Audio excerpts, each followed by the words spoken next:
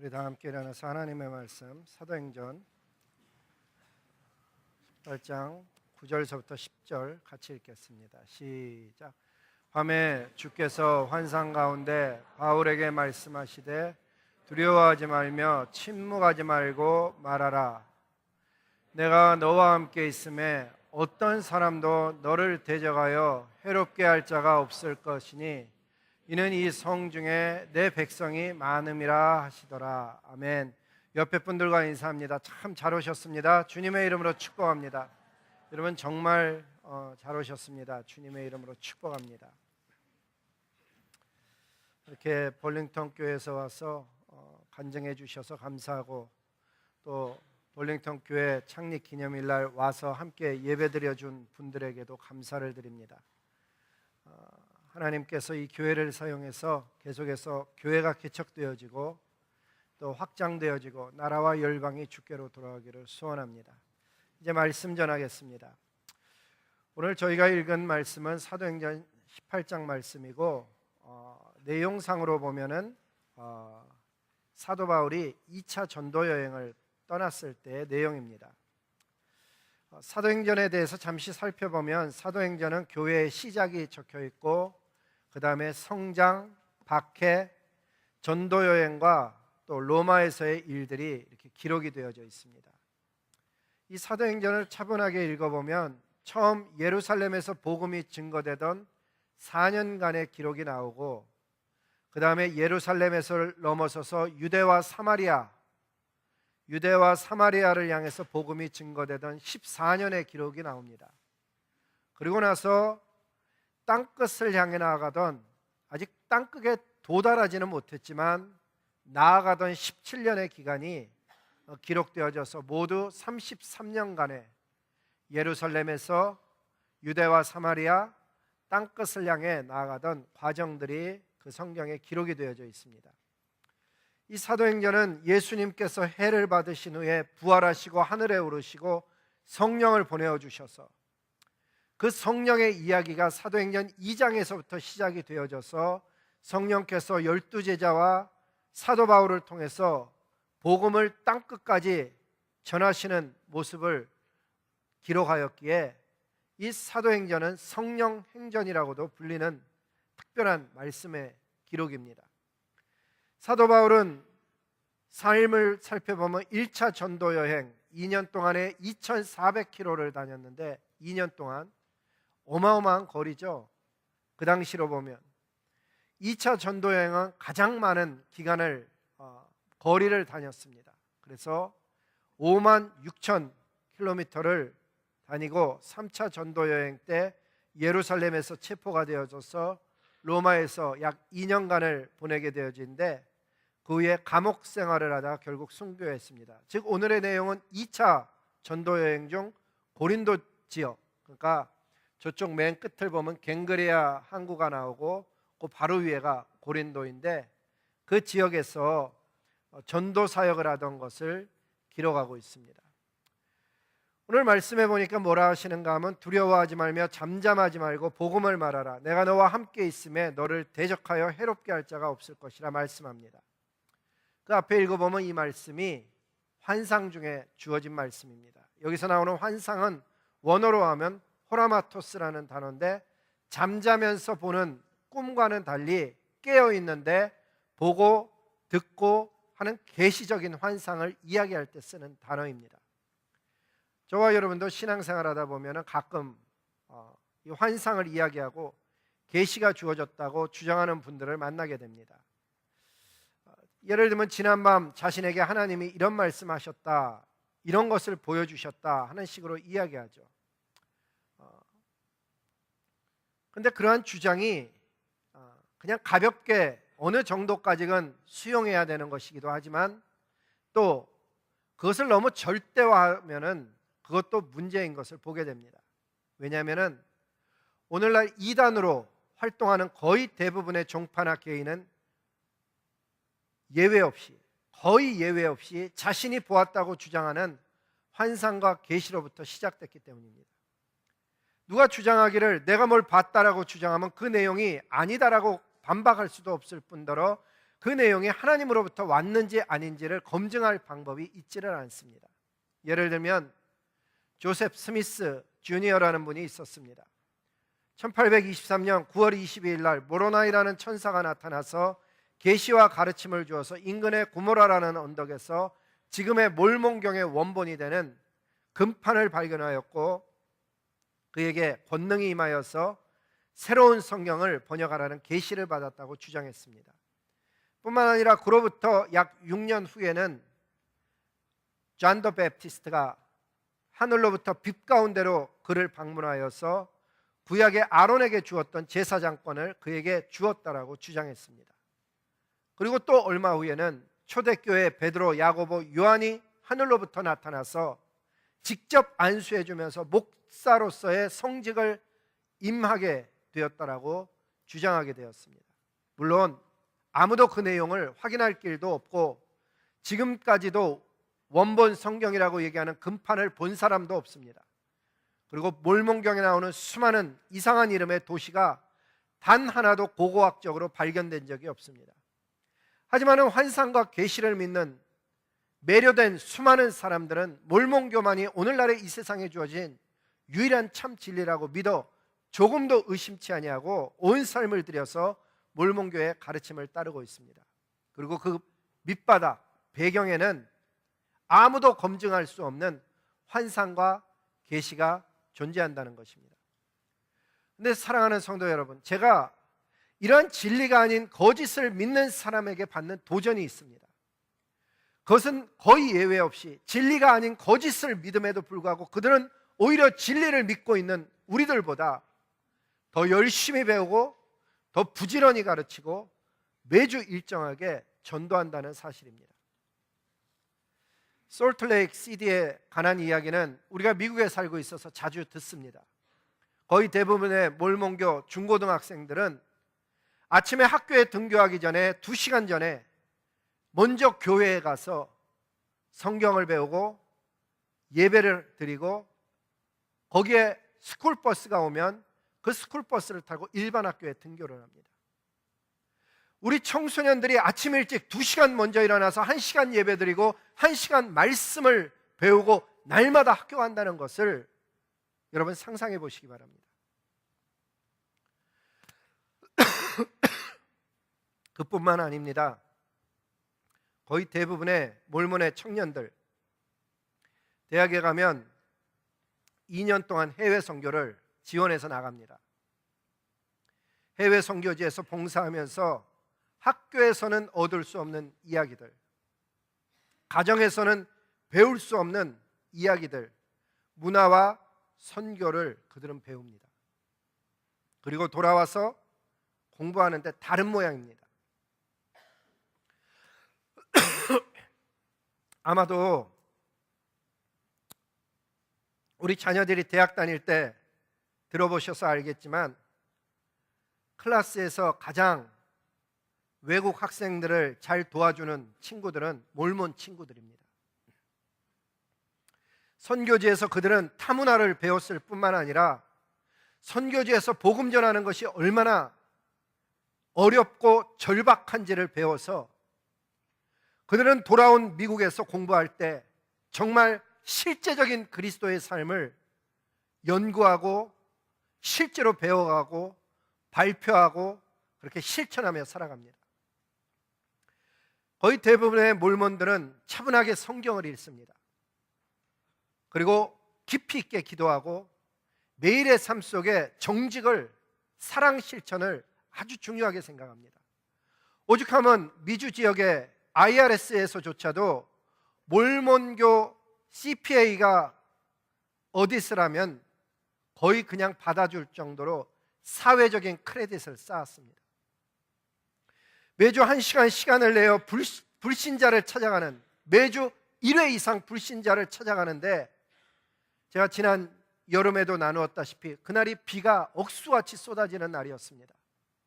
우리 집사람이랑 문 앞에 앉아서 비 내리는 모습을 보고 있는데 그 빛 속에 몰몬 청년 2명이, 그것도 여학생이 그 비를 맞아가면서 지나가는 것을 보았습니다. 도대체 무엇이 그들의 마음을 이렇게 변화시켰을까? 도대체 우리 개신교 복음주의는 무엇을 잃어버렸는가를 잘 생각해 보면 다음에 세 가지 사항들을 발견할 수 있고 반드시 회복되어야 되는 사항임을 알 수가 있습니다. 첫째, 의외로 우리 개신교회가 성경을 잘 가르치지도 배우지도 못했습니다. 정말 놀랍게도 창세기에서부터 요한계시록까지 차분하게 성경을 읽어본 성도가 의외로 그렇게 많지가 않습니다. 그 결과 정말 하나님이 우리에게 주시려는 것이 무엇인지를 알지 못합니다. 예수님께서 우리의 신앙을 통해서 이루려고 하시는 것이 무엇인지, 전해야 되는 복음의 가치는 무엇인지 그걸 몰라서 실제로 하나님 모르는 사람을 만났는데 어떻게 전해야 될지를 모른다는 것입니다.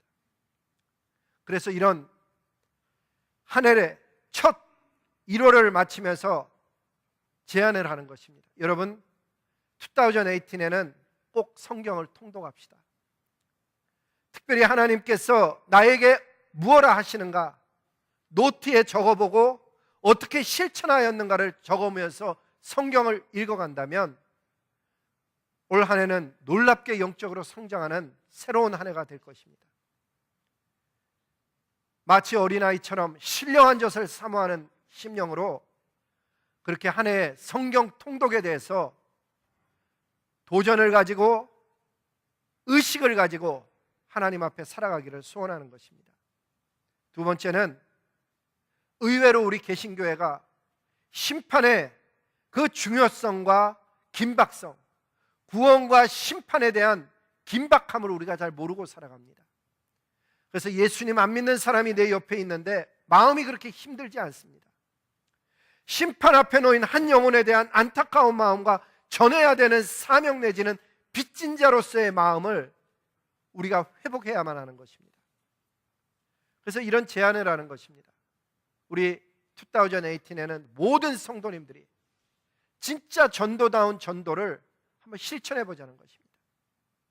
내 주변에 예수님 모르는 그 한 영혼, 혹은 하나님의 교회에 왔다 실망해서 지금은 더 이상 예배자로 살아가지 못하는 그 어떤 한 영혼을 놓고 정말 기도하기를 원합니다. 기도로 성령 하나님께서 그 영혼을 하나님의 공동체 속에 인도하는 모습을 보고 그가 복음을 듣고 구원을 받아 하나님께서 주시는 아름다운 삶을 살아가는 데 쓰임받는 그런 전도자의 삶을 살기를 소원하는 것입니다. 말씀을 읽는 것이 구도자의 삶이라면 복음을 전하는 것은 전도자의 삶입니다. 그리고 세 번째는 사실 우리가 참 복음을 전하는 것을 두려워한다는 사실을 보게 됩니다.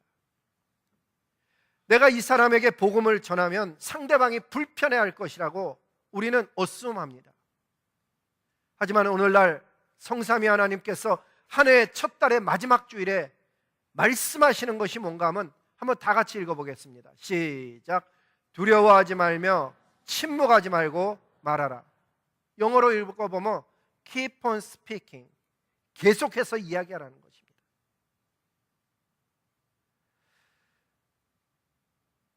저와 여러분이 예수님의 복음을 이야기함으로써 야기될 그 어색함 내지는 관계적 문제를 두려워하지 말아야 합니다. 하나님의 약속이 무엇인가 하면 내가 너와 함께 있겠다고 약속하셨습니다. 내가 너와 함께 있음에 어떤 사람도 너를 대적하여 해롭게 할 자가 없을 것이라고 약속해 주신 것입니다.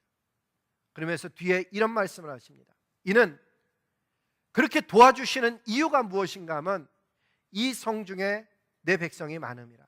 오늘날의 이야기로 하신다면 이 학교에 너를 이 학교에 보냈는데 그 학교에 너를 이 교회에 보냈고 이 구역에 보냈는데 심지어 그 구역 안에 직장 가운데 일터에서 너희 커스터머 가운데 내 백성이 많다라고 말씀하시고 계시는 것입니다.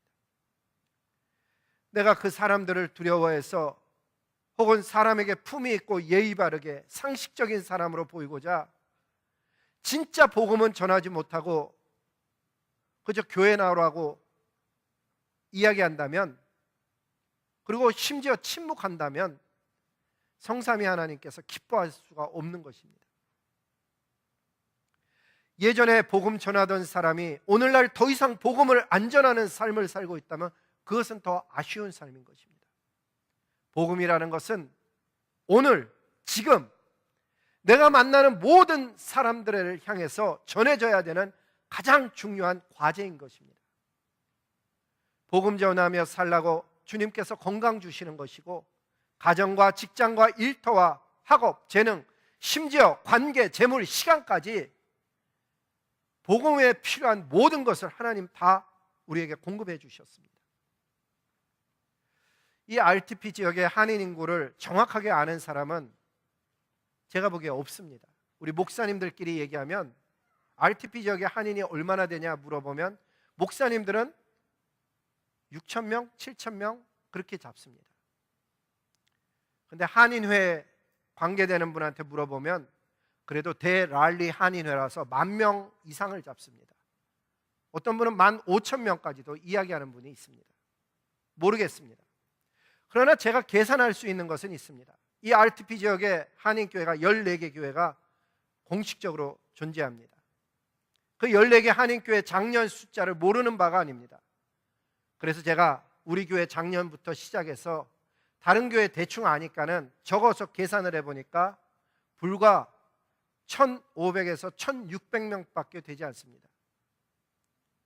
아니, 많이 내가 모르는 어떤 게 있을 수도 있다고 생각해서 2,000명이라 생각해도 10,000명 한인의 2,000명은 20%밖에 되지는 않습니다.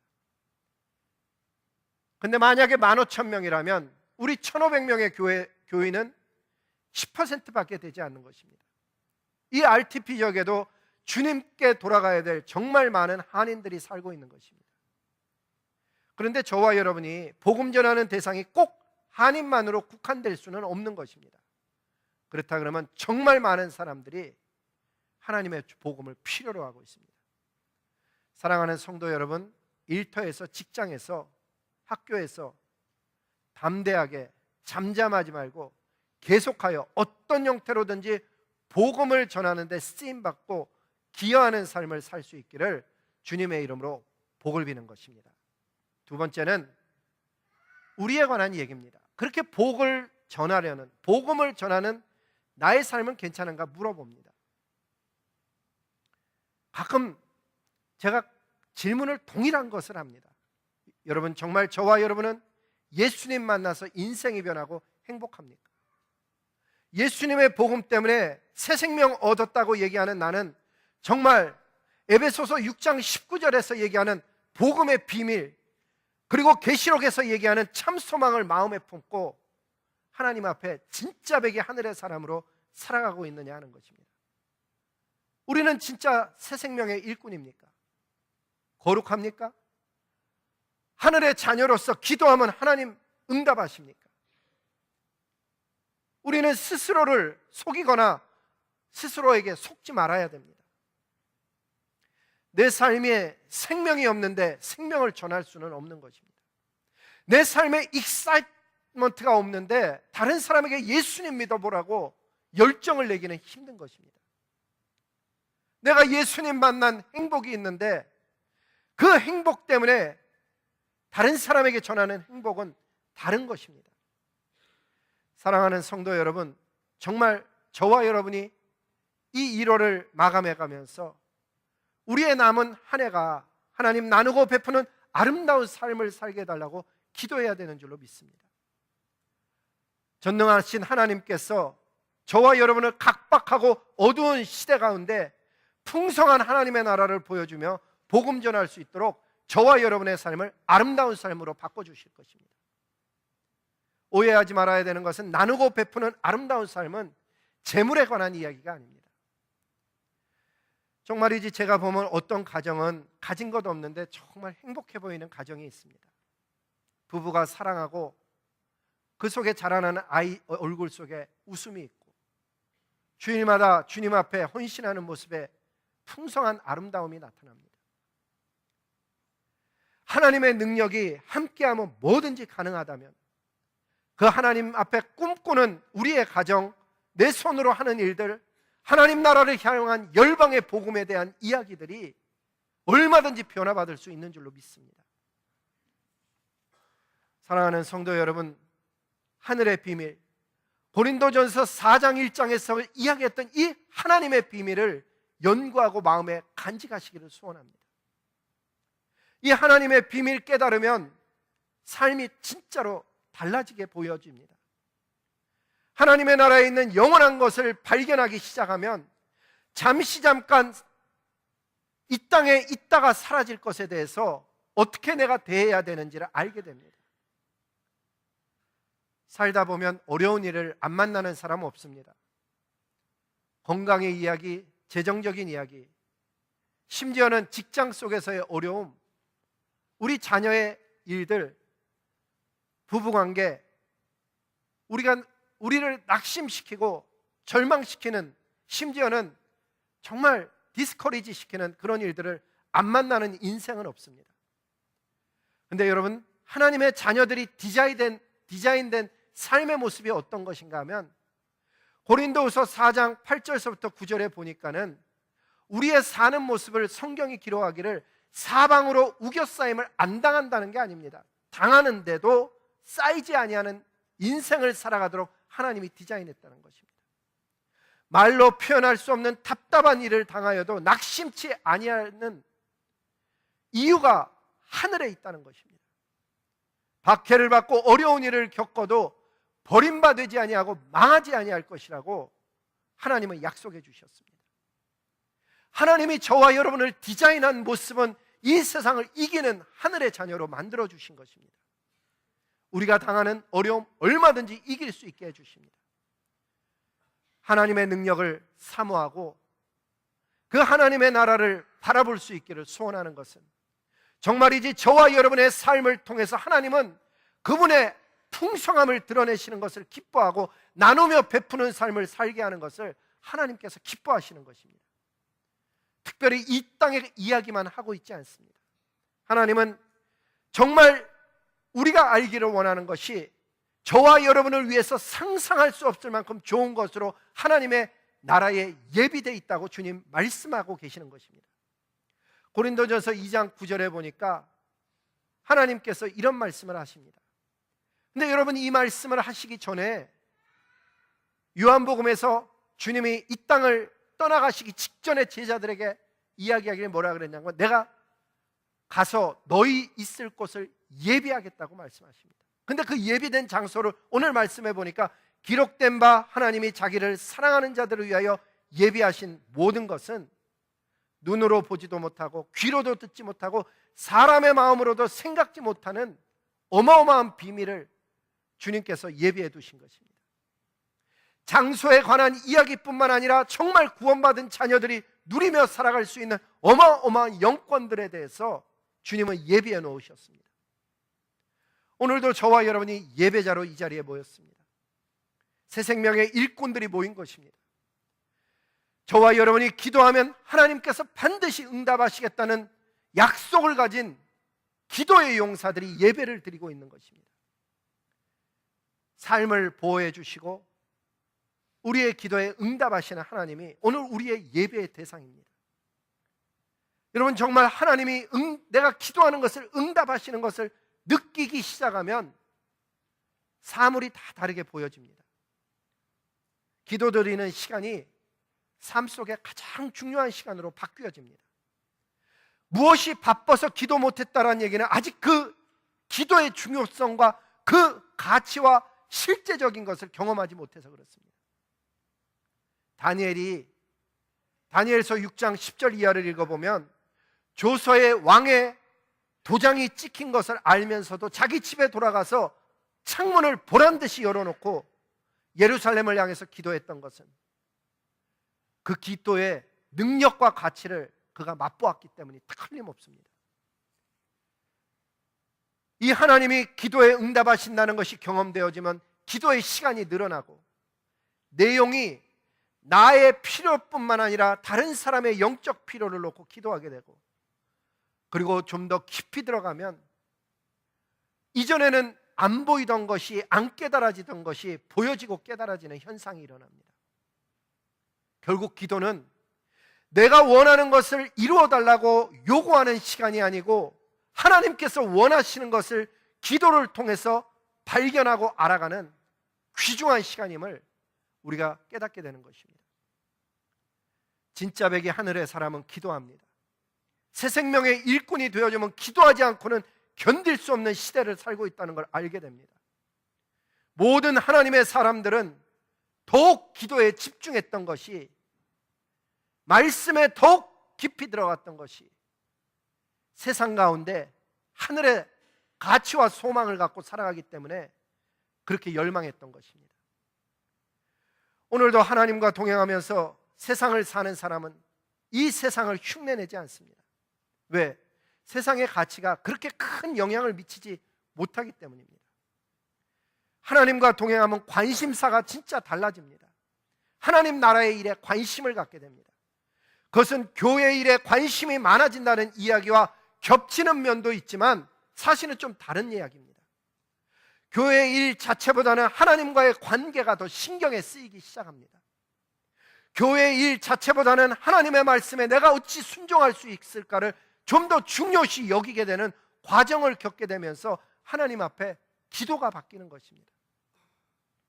하나님, 저도 저 때문에 힘들지만, 저 때문에 다른 사람이 하나님께 가는데 방해가 되는 일을 보니 하나님 참 마음이 힘듭니다. 저 좀 바꾸어 주시옵소서. 하나님 앞에 엎드리지 않게 될 수 없다는 것입니다. 아무리 교회에서 많은 일을 해도 하나님 앞에 작은 자가 생길 수가 있고, 참으로 교회에서 뭔가 높은 자리에 내가 올랐는 것 같은데도 하나님 보시기에는 아주 낮은 자가 되는 이유가, 교회의 일과 하나님의 일이 겹치기도 하지만 다를 수 있다는 것을 우리가 깨달을 때 왜 그런가를 알게 되는 것입니다.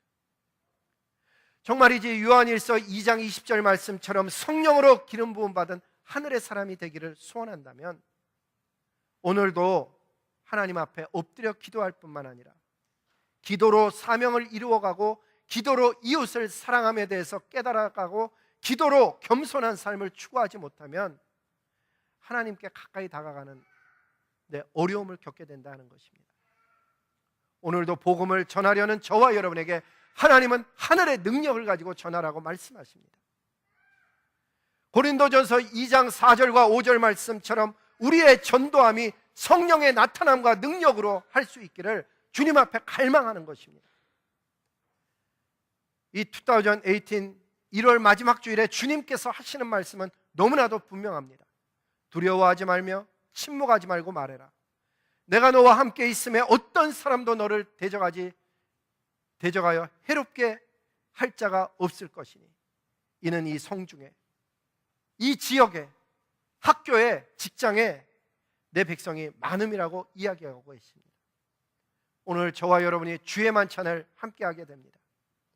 이 주의 만찬은 세 가지 의미를 가지고 행하는 것입니다. 첫째가 주의 죽으심을 주님 다시 오시는 그날까지 전하는 사명 때문에 이 만찬을 하면서, 우리가 예수님의 살과 피를 먹는 이유, 먹고 마시는 이유는 복음 전파 때문이지 다시금 기억하기 위함이고, 두 번째는 그리스도의 살과 피를 먹고 마시면서 우리가 예수 그리스도와 함께 연합된 삶을 삶으로 인해서 더 이상 내가 죄의 종노릇하지 아니하고 더러운 삶을 살지 아니하고 성령으로 살아야 됨을 다시금 리마인딩하는 시간이기도 하고, 이 주의 만찬을 하는 마지막 세 번째 이유는 그리스도 안에서 한 떡과 한 잔을 마심으로 한 지체가 되는 연합됨에 대해서 성경이 가르쳐 주었기에 오늘 이와 같은 주의 만찬을 하는데, 오늘도 주의 만찬에 임하는 모든 성도님들이 아무도 자격이 있어서 받을 만한 사람 없습니다.